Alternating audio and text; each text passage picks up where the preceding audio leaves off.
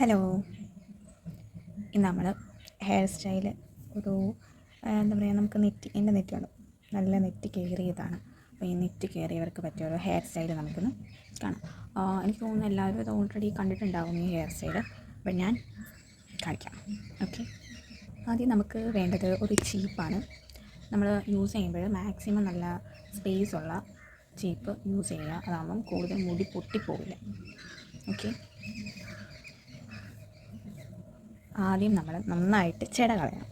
നല്ലപോലെ ചെട കളഞ്ഞ് ആദ്യം നമ്മൾ സെൻട്രൽ പാർട്ടീഷൻ എടുത്തിട്ട് ചെടയൊക്കെ കളഞ്ഞിട്ട് സെൻട്രൽ പാർട്ടീഷൻ എടുത്ത് കുറച്ച് ഹെയർ നമ്മൾ എടുക്കണം. ഇതേപോലെ കുറച്ച് ഹെയർ എടുത്ത്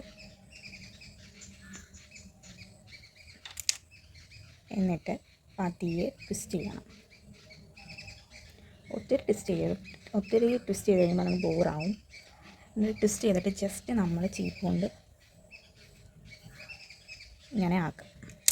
അപ്പോൾ ജസ്റ്റ് ഒന്ന് ഹൈ ആയിട്ട് നിൽക്കും. എന്നിട്ട് നമുക്ക് ക്ലിപ്പ് കുത്താം.